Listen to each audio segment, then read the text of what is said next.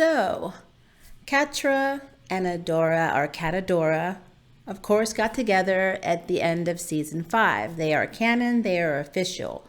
And some people are not happy with it, a lot like what happened with the Korosami at the end of Korra's run. So I just wanted to figure out what the actual issue is. Is it because Catra is toxic, or is it heteronormativity? Hi guys, my name is Maria Park and this is Approach to Nerd. And in this episode, we are talking about Catra. So when I first saw that they got together at the end of season 5, I knew that there were going to be some people that were what I like to call a little offended or butthurt.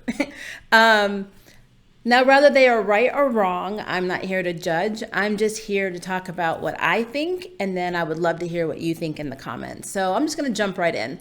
I think it's fair, though, that we talk about both Adora and Catra in this episode because we need to have a basis for what I'm talking about in terms of why technically I don't have a problem with Catadora being a couple, but I still do think there are toxic elements to their relationship. So let's start off with Adora. So Adora was raised basically in the Horde by Shadow Weaver.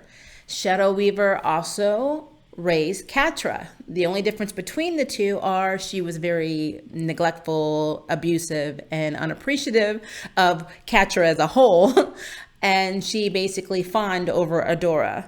So right there, if you had two siblings, say they were siblings that were raised by a mother, you've already drove a wedge in between the two of them. So a lot of people have a problem with how Catra dealt with Adora, like how they were friends and then she was an enemy and then she tried to kill her and her friends and so on. Well, if you live in an environment where the person that you think is your mother and you want to basically be proud of you and love you and show you affection never does, and the rest of your environment is the Horde, which is basically a colonizing, conquering, set of buttholes, you are not going to be well developed at all, especially socially. So I think in that regard, when we call her toxic, we also have to understand that there are people that are our characters per se, who actually are around supportive people. They have good families, they have good friends, they have pretty okay backgrounds, and they're still toxic people and evil people. So we have to separate that in a sense. I'm not saying cut Catra slack and not hold her accountable for the stuff that she's done, but I'm saying that we have to understand that there's been no room for any type of character development in terms of even being a good person or understanding what family and love and friendship even means, because she doesn't have that. The closest she has had besides Adora, I will say, was probably Scorpia and how she treated Scorpia. Yeah, I'm flogging her mentally all the time over that. But outside of that, there was nothing, So I have to do that because when you look at Adora was raised, again, by Shadow Weaver, but was treated the polar opposite of Catra.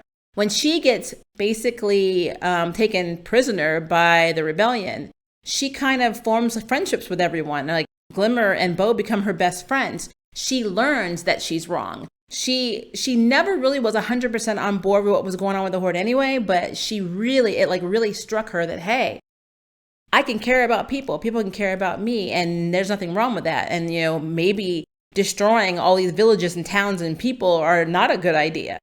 Catra never had that opportunity because you see, when Adora left, that was pretty much Catra's only connection to humanity. So, the person that she cared about the most in the world, who was the only one that really showed her affection outside of Scorpia eventually, abandoned her. And that's all she saw. She was abandoned. So it made her extremely bitter. But even in the beginning of the series, she was still trying to get Adora to come back because she wanted to be with Adora. And her connection with Adora, like, people are like, oh, Catra is showing this romantic interest out of nowhere. I disagree with that, because if you look even in the beginning of season 1, the hand-holding, the longing looks, the shock looks, I think on season 2, episode 18 or 19, I think it's called Whiteout, if I remember correctly. I watched it recently, that's why I remember the name. Look at Catra's face when Adora is coming for her and is about to attack her, because in Catra's mind, Adora would never attack her, no matter what she did or how horrible she was, because it's always her and Adora. So when she attacks her, it like snaps her up, like, wait a minute, you know? It hurt her to her core, and then she became obsessed with work and getting ahead and becoming the new captain, you know what I mean? So it's like, that's stuff you do with grief.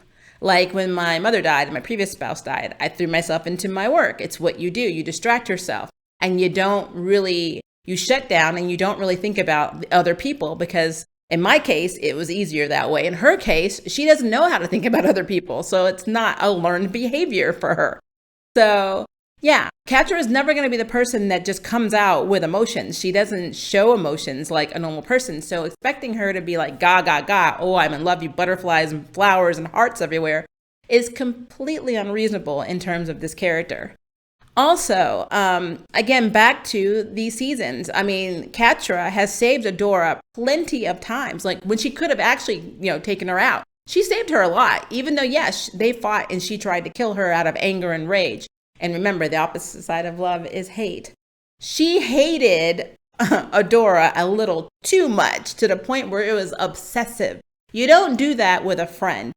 So let's change the stakes up a little bit. Say we had another toxic couple. So I'll just say Naruto, Sasuke, and Sakura. If Sakura was Adora and Sasuke was Catra, there would be a million ships about their looks, how they hold hands, how they communicate, how it's, oh my God, that, you're trying to kill this, you're trying to kill Sakura, but you really love her, blah, blah, blah. That would be a ship like no other. And I'm telling the truth, because the people that are big Sasuke and Sakura supporters were doing it even when he was trying to kill her on multiple occasions, and everybody else in the village. And was pretty much an a-holy guy. And even now, I think they're married and he has a kid, and she's pretty much raising this kid alone. And he comes home, once every 5 months or 6 months or once a year.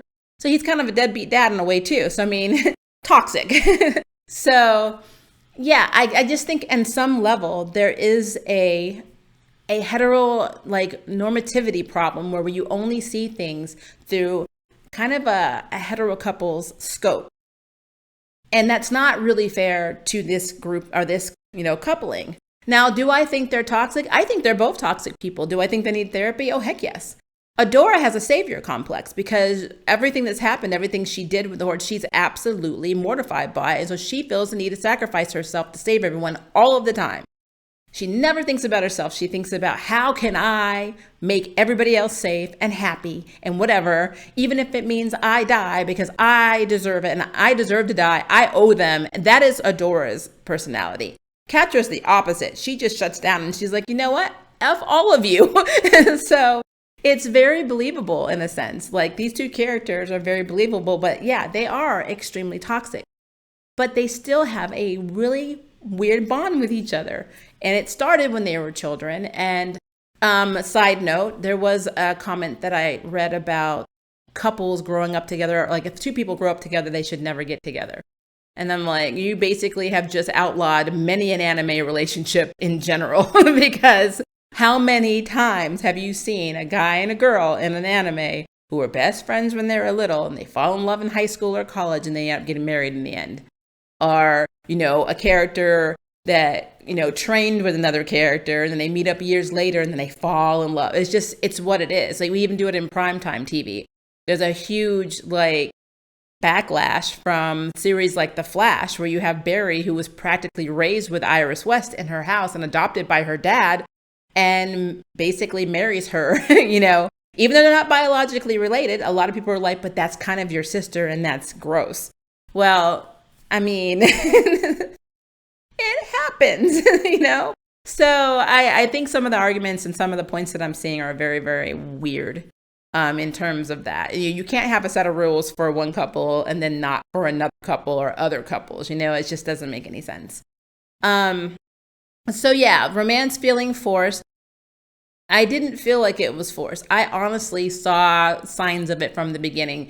The season when they had the princess dance and when Catra and her were dancing was hot. I mean, You don't dance like that with your friend. It's little things like this. If you really go back and think about it, take out the heteronormativity, scope. Just look at it. Look for these, key moments in seasons. You will see them from season 1 all the way up to season 5. They're there. You just have to decipher them. And it's interesting that whenever you have couples like that, it's kind of like, it's hard for people to see it. I don't know why. As for toxicity, I think it's interesting that some of the people that I saw that are kind of like hating on the Catadora relationship for it being toxic and, Catra being abusive and Dora still taking her back. What kind of message is that putting out? Are some of the same people that have no problem watching Motherland Fort Salem, where Raelle is with a character named Scylla, and Scylla's with a terrorist group who is responsible herself alone for killing 1,600 people and then her ex-boyfriend so she wouldn't be exposed. But they still ship this couple, and they're willing to overlook all of these murders because of her background. Her parents were killed, and so she didn't, and it's basically the system that the world that they're in made her what she is. So we need to understand that. But yet Catra, who was raised in a horrible, neglectful, abusive environment, she's trash. That makes no sense to me. So yeah, I wanted to make this video because I keep seeing it and I'm like, okay, if you're going to do this, you need to be fair across the board. I do agree that at the end of the day, it's considered a toxic relationship.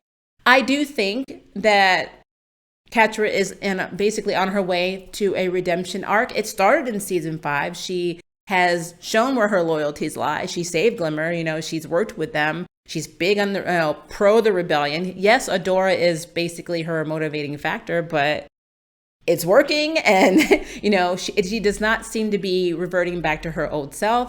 And if the series had continued, like season 6, 7, 8, who knows what would have happened.